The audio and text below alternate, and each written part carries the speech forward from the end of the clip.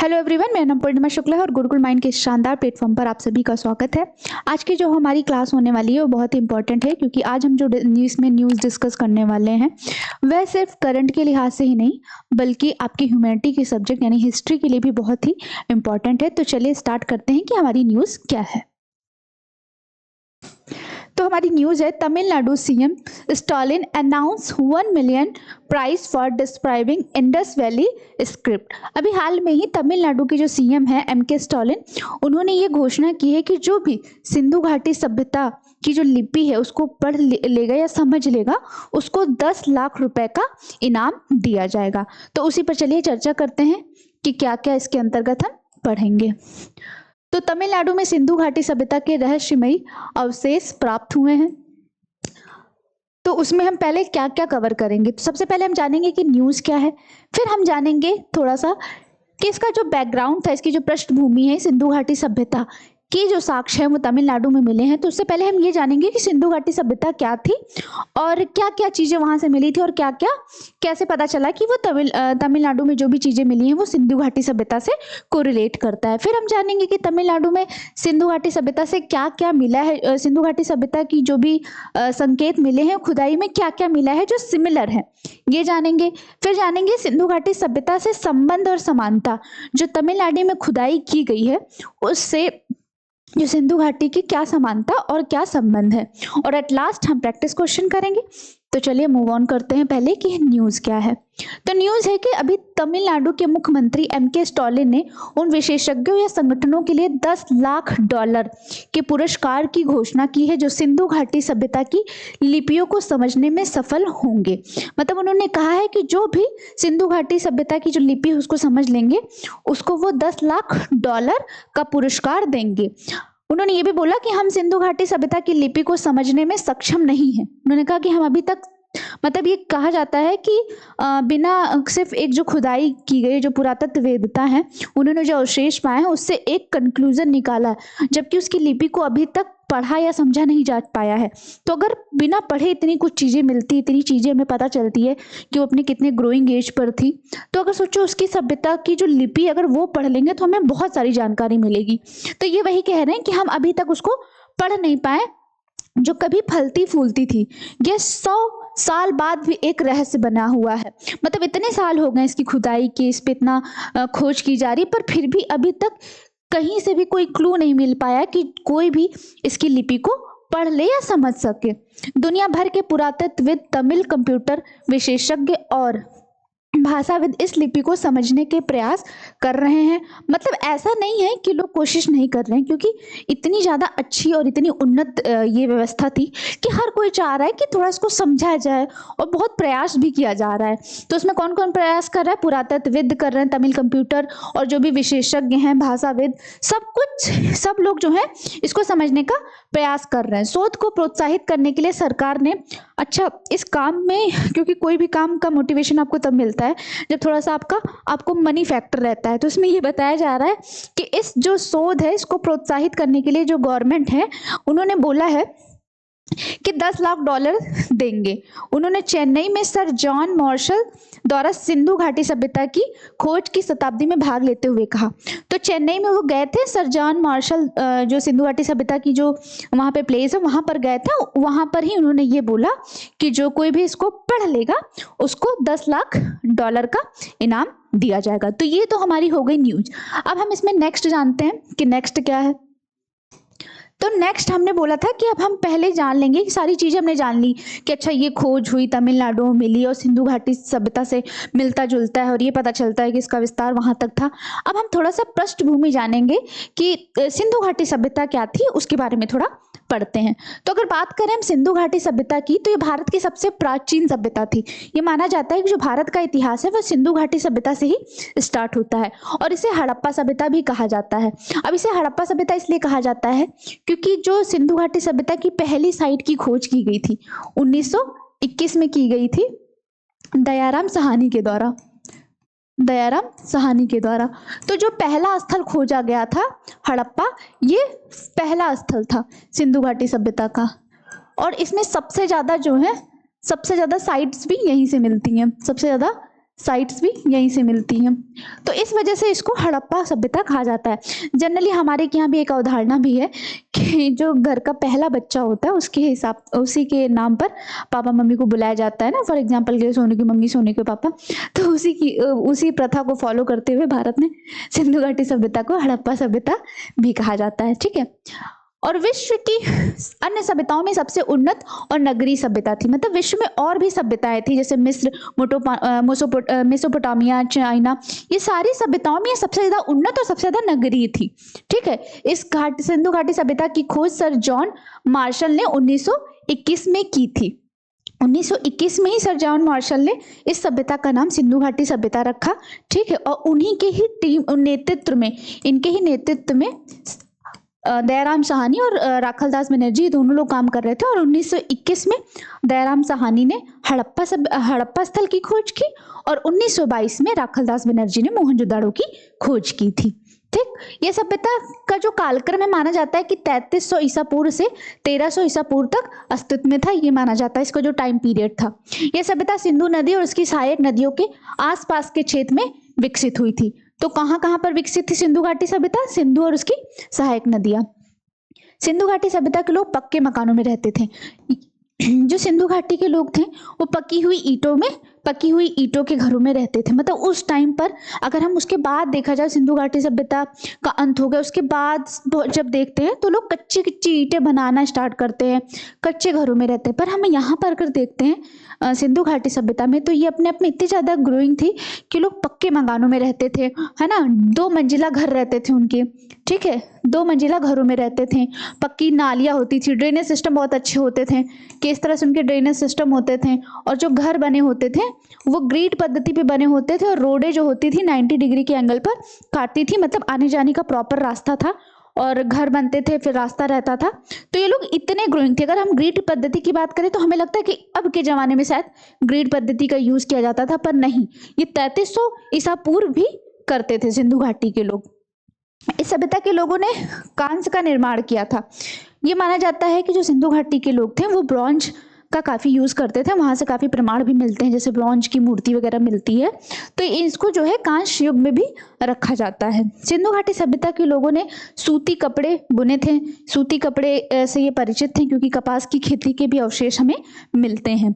इसके अलावा सिंधु घाटी सभ्यता के लोगों ने लेखन कला का भी आविष्कार किया था। और जो सिंधु घाटी की जो लिपि है या कला है वो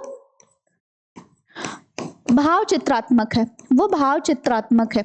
यानी कि इसमें ये लोग जो भी चीजें लिखते थे पहले इसमें भाव डालते थे और भाव के साथ, मतलब कोई भी अगर डायग्राम इन्होंने बनाया है तो भाव के साथ उकेरते थे। ठीक है। और इनके जो लिखने की लिपि है या लिखने की जो कला है वो राइट टू लेफ्ट है। जैसे हम जनरली लेफ्ट टू राइट लिखते हैं, पर ये लोग राइट टू लेफ्ट लिखते थे। ठीक। सिंधु घाटी सभ्यता के लोगों ने लेखन कला का आविष्कार किया था। इस सभ्यता के लोगों ने बर्तन बनाए थे। ये लोग काफी अच्छे अच्छे बर्तन बनाते थे। टेराकोटा के बर्तन बनाते थे। टेराकोटा का मतलब जैसे कोई ईंटें वो होती थी मिट्टियाँ, उसको पका कर बनाते थे। नहीं, पका करके उसकी अच्छे अच्छे खिलौने बर्तन बनाते थे।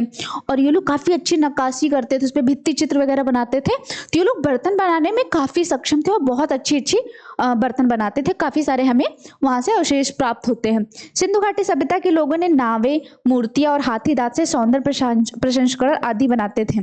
तो ये लोग क्या करते थे, नाव बनाना भी जानते थे। ठीक है। इसके अलावा मूर्तियां बनाते थे। और तो और ये लोग हाथी दांत का भी यूज करते थे। हाथी दांत से ये लोग क्या करते थे, जो कंघियां होती थी यानी कॉम, इस कॉम को हाथी दांत से बनाते थे। इसके अलावा हाथी दांत से ये लोग जो भी माला होती थी, ज्वेलरी होती थी, ऑर्नामेंट्स, वो हाथी के दांत से बनाते थे। और जो सिंधु घाटी सभ्यता के लोग थे वो मेकअप वेकअप करना भी जानते थे। काफ़ी सारे ऐसे प्रमाण मिलते हैं, जैसे लिपस्टिक मिलता है, आईना मिलता है, कंघी मिलती है। तो इससे ये पता चलता है कि ये लोग सौंदर्य प्रसंस्करण का भी यूज करते थे। ये हमने थोड़ा सा एक छोटा सा इसका डिस्क्रिप्शन जान लिया। अब हम थोड़ा सा मैप जान लेते हैं कि इसका विस्तार कहाँ से कहाँ तक है। तो ये देखिए भारत का मैप। ठीक है। ये भारत का मैप है और ये रहा अफगानिस्तान और ये रहा इधर पाकिस्तान। तो ये शुतकांगे डोर जो कि पाकिस्तान में है, ये सिंधु घाटी का ही स्थल है। और ये सुरतुगई, ये अफगानिस्तान में है। ये अफगानिस्तान में है। ये भी पड़ता है, जैसे कि सिंधु घाटी सभ्यता का जो विस्तार है भारत, पाकिस्तान और कुछ अफगानिस्तान में है।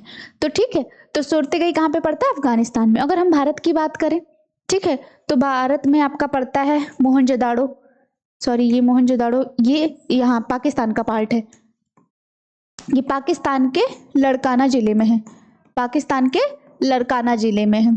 ठीक है, तो साइट कौन कौन सी है? मोहनजोदाड़ो है, हड़प्पा है, धौलावीरा है, सुरकोटदा है, ठीक है, लोथल है गुजरात का। ये सारी की सारी साइट्स जो हैं ये वहीं की है। गनवारी वाला है, राखीगढ़ी है, रोपड़, हड़प्पा। ठीक, अगर हम इसके विस्तार की बात करें, अगर नॉर्थ साउथ से भारत की बात कर रहे हैं, तो ये जम्मू एंड कश्मीर से मांडा जिले, जो मांडा जिला है वहां पर, और उत्तर प्रदेश का जो मेरठ है वहां के आलमगीरपुर तक है, और यहाँ महाराष्ट्र के दैमाबाद तक। अगर नॉर्थ से साउथ की बात करें तो जम्मू एंड कश्मीर में मांडा जिला में महाराष्ट्र के, और साउथ में महाराष्ट्र के दैमाबाद में है। अगर हम ईस्ट की बात करें तो उत्तर प्रदेश का जो मेरठ है प्रेजेंट का, उस टाइम का आलमगीरपुर तक इसका है। अगर इस ईस्ट वेस्ट की बात करें तो ये दास्क नदी सुतकांगेडोर,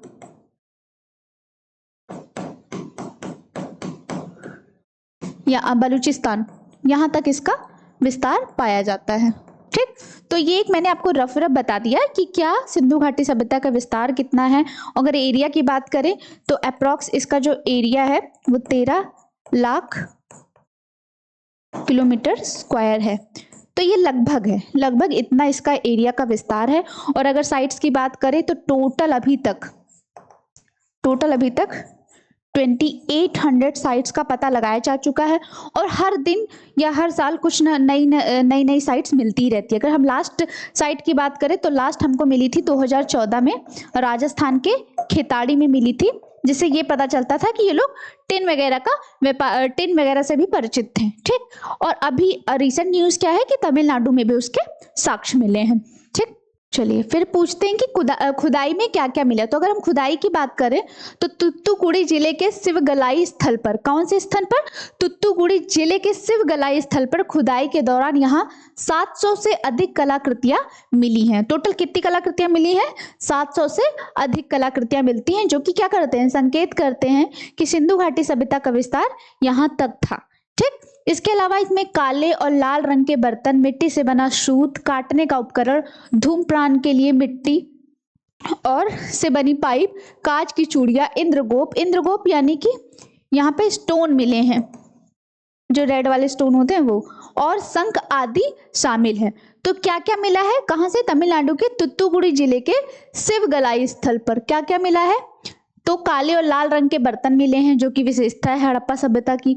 मिट्टी से बना हुआ सूत काटने का उपकरण मिला। अच्छा, आपके लिए क्वेश्चन है, अगर पूछ लिया जाए कि मिट्टी से बना हुआ सूत काटने का उपकरण कौन से स्थल से प्राप्त होता है, तो अब आपके लिए ये हो गया, क्या हो जाएगा? ये तमिलनाडु के तुत्तुकुड़ी के शिवगलाई से। ठीक, और धूम्रपान के लिए मिट्टी से बनी पाइप भी मिली है, कांच की चूड़ियां मिली है, चूड़ियां और पहले भी मिली है, लेकिन जो मिली है जैसे कि कलीबंगा से काली चूड़ियां मिलती हैं।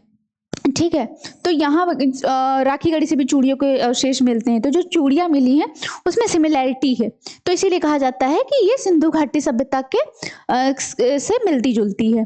इंद्रगोप और शंख मिले हैं। इसके अलावा पुरातत्व स्थल पर 120 दफन कलश मिले हैं।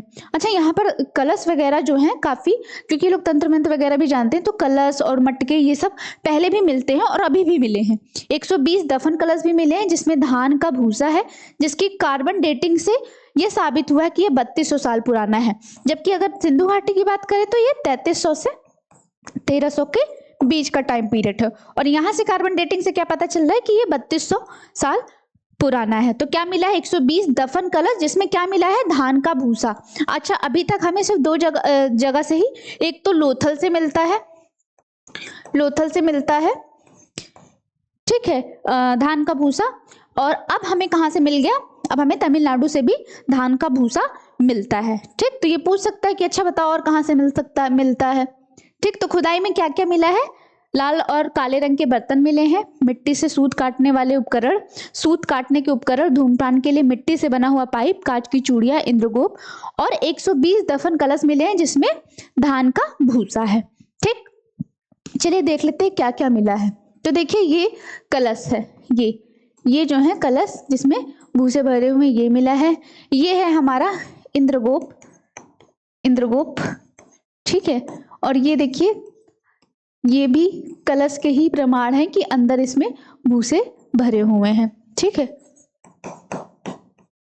ठीक, तो ये यहां से देखने को मिला है, यही साक्ष्य वहां से मिले हैं। चलिए अब हम जानते हैं कि सिंधु घाटी सभ्यता से समानता और क्या संबंध है। तो सबसे पहले हम संबंध की बात करें तो शिव गलाई स्थल से मिली वस्तुओं से यह स्पष्ट होता है कि इस सभ्यता का संपर्क दक्षिण भारत तक था। ठीक है, वहां से ये तो कंफर्म हो गया कार्बन डेटिंग के थ्रू कि यहाँ का जो संपर्क था सिंधु घाटी सभ्यता के लोगों का ये यहाँ तक था। अभी हम क्या कहते थे कि साउथ में महाराष्ट्र के दैमाबाद तक था, पर अब ऐसी जो खोज हो चुकी है जिससे ये पता लग रहा है कि हाँ ये तमिलनाडु में भी है। तो अब देखिए इसका मैप जो हम लोग अभी बनाते हैं कि नॉर्थ से साउथ तक सिंधु घाटी, ऊपर जम्मू एंड कश्मीर से नीचे महाराष्ट्र के दैमाबाद तक। लेकिन अगर ये पूरी तरीके से अभी तो हो रही है, एक अनुमान लगाया जा रहा है, हो गया तो हमारा जो ये नॉर्थ एंड साउथ का है, नॉर्थ एंड साउथ वाला है तो ये अब नीचे आ जाएगा तमिलनाडु के पास भी। ठीक, सिंधु घाटी के प्रतीकों से समानता यह दर्शाती है कि प्राचीन भारत के विभिन्न हिस्सों में सभ्यताओं के बीच समान था। मतलब जो भी चीजें मिली हैं वो इतनी ज्यादा सिमिलर हैं कि इससे ये पता चल रहा है कि दोनों में संपर्क था और दोनों एक दूसरे से संपर्क में रहते थे, संवाद वगैरह करते थे। कार्बन डेटिंग पद्धति के जरिए, कौन सी पद्धति के जरिए? कार्बन डेटिंग पद्धति के जरिए ये पता चला है कि ये 3200 साल पुरानी वस्तुएं हैं जो कि सिंधु घाटी सभ्यता का कालक्रम है। तो एक तो टाइम पीरियड की वजह से ये अनुमान लगाया जा रहा है, दूसरी जो चीजें मिली है वो 90% सिमिलर है, इसलिए ये अनुमान लगाया जा रहा है। अब हम समानता की अगर बात कर लें तो अध्ययन के अनुसार 140 पुरातात्विक स्थल से मिली 15,000 कितनी 15,000 भित्ति चित्र युक्त बर्तनों के टुकड़े का विश्लेषण करने पर, डिस्टिलीकरण करने पर पता चलता है कि यह सिंधु घाटी सभ्यता से समानता रखती है। मतलब उनका जब डिस्टिलीकरण किया गया तो ये पता चला है कि ये सिंधु घाटी सभ्यता से ही संबंध रखती है। सिंधु घाटी सभ्यता और दक्षिण भारत की लौह युग की बस्तियों के बीच सांस्कृतिक और आर्थिक आदान प्रदान हुआ होगा। ये कहा जा रहा है कि जैसे सिंधु घाटी के जो लोग थे उनका व्यापारिक व्यवहार तो था ही, प्लस सांस्कृतिक और आर्थिक व्यवहार भी था। जैसे हम देखते हैं कि अरेबियन से वो लोग व्यापार करते थे, है ना। तो ये कहा जा रहा है कि हो सकता है कि जब साउथ के जो एरिया था वहां पे उनका सांस्कृतिक और आर्थिक, या तो मान लीजिए कुछ कल्चरल रहा होगा, है ना, कि कोई चीज हो गई जो धर्म से रिलेटेड हो, उसके नाते हुआ होगा आदान प्रदान या चीजें जो यहाँ से वहां गई। दूसरी चीज क्या हो सकती है? आर्थिक, यानी कि व्यापार वगैरह करते रहे होंगे या सामान यहाँ एक जिले से दूसरे जिले में जैसे जाता, मान लीजिए कि साउथ है वो उसका रिच रिसोर्सेज क्या है? मसाला है। तो मान लीजिए यहाँ से वहां अगर जाता रहा होगा तो उसी के जरिए आर्थिक आदान प्रदान हुआ होगा, ये अनुमान लगाया जा रहा है। पुरातात्विक स्थल पर खुदाई के दौरान पाए गए लगभग 90% भित्तिचित्र सिंधु घाटी सभ्यता के चिन्हों से मिलते हैं। तो कुल 90%, 100% में 90% जो है ऐसा लग रहा है कि वो सिंधु घाटी सभ्यता के ही भित्ति चित्र हैं। ठीक, तो चलिए हम थोड़े से कुछ इमेजेस देख लेते हैं जिसमें हम जानेंगे कि क्या क्या सिमिलरिटी है। तो देखिए ये है सिंधु घाटी सभ्यता का, ये वहां से मिलता है हमको, ठीक है, वो मोहनजोदाड़ो से ये मिलता है। तो इससे ये पता चलता है कि जैसे इसका जो स्कल्पचर है ना, उसी तरीके से उसका भी सेम ही है। जो भी हमने आप इसके पहले देखा था कि जो कलश वाले हैं या जो भी वो पाई गई हैं नालियाँ वगैरह, वो इसी तरीके से, इसी फॉर्मूले से बनी हुई हैं। और ये जो भित्ति चित्र है, ये देखिए अब ये जो भित्ति चित्र, ये नक्काशी की जा रही है, सेम ऐसी ही वहां पर पाई गई है। तो इससे ये अनुमान लगाया जा रहा है कि इन दोनों में सिमिलरिटी है। ठीक है, आई होप आपको टॉपिक क्लियर हो गया होगा। और ये बहुत ही इंपॉर्टेंट है, सिर्फ आपके करंट के लिहाज से नहीं, इवन आपके हिस्ट्री सब्जेक्ट के लिए, ठीक है, क्योंकि सिंधु घाटी सभ्यता का जो है प्रमाण या साक्ष्य मिला है तमिलनाडु में, तो ये फिर से चर्चा में आ गया, तो इससे से ज्यादा क्वेश्चन बनने के चांसेस है। तो आप लोग पूरा वीडियो जरूर देखिएगा और इसके अलावा पूरी तरीके से सिंधु घाटी सभ्यता के बारे में एक बार जरूर पढ़िए, जैसे आपके सारे के सारे क्वेश्चन यहाँ से बने। चलिए अब हमारा लास्ट अभ्यास प्रश्न है, चलते हैं अपने अभ्यास प्रश्न पर। तो हमारा अभ्यास प्रश्न है, निम्नलिखित में से कौन सा कथन सत्य है? सिंधु घाटी सभ्यता के साथ तमिलनाडु के शिवगलाई स्थान से प्राप्त हुए हैं। ठीक है, पहला स्टेटमेंट ये है। दूसरा है, केरल के मुख्यमंत्री ने 1 लाख का पुरस्कार रखा है जो भी सिंधु घाटी की लिपि को समझ लेगा। उपरोक्त में से कौन सा कथन सत्य है? केवल 1, केवल 2, 1 और 2 दोनों, ना तो 1 ना तो 2। अब इसका आंसर आप मुझे कमेंट बॉक्स में देंगे। ठीक है, आई होप आप लोगों को क्लास अच्छी लगी हो, और अगर आपको क्लास अच्छी लगी हो तो चैनल को लाइक सब्सक्राइब जरूर कर दीजिए। ठीक है, और ये हमारा गुरुकुल माइंड का पेज है, ये हमें आप टेलीग्राम पे फॉलो कर सकते हैं, ये फेसबुक पे फॉलो कर सकते हैं। ये हमारा ऑफिस है ग्रेटर नोएडा ओमिक्रॉन फर्स्ट में। अगर किसी को भी किसी तरीके का एडमिशन लेना है या कोई जानकारी लेना है तो आप यहाँ पर हमारे ऑफिस आ सकते हैं। कोई भी डिटेल लेनी है, कोई जानकारी या फीडबैक चाहिए, आप इस नंबर पे कॉल कर सकते हैं। और ये हमारी वेबसाइट है www.gurukulmind.com। और अगर वीडियो अच्छा लगा हो तो उसको लाइक शेयर जरूर करिए, और ऐसे ही रेगुलर जुड़े रहिए अच्छी अच्छी न्यूज़ और अपडेट के लिए। धन्यवाद।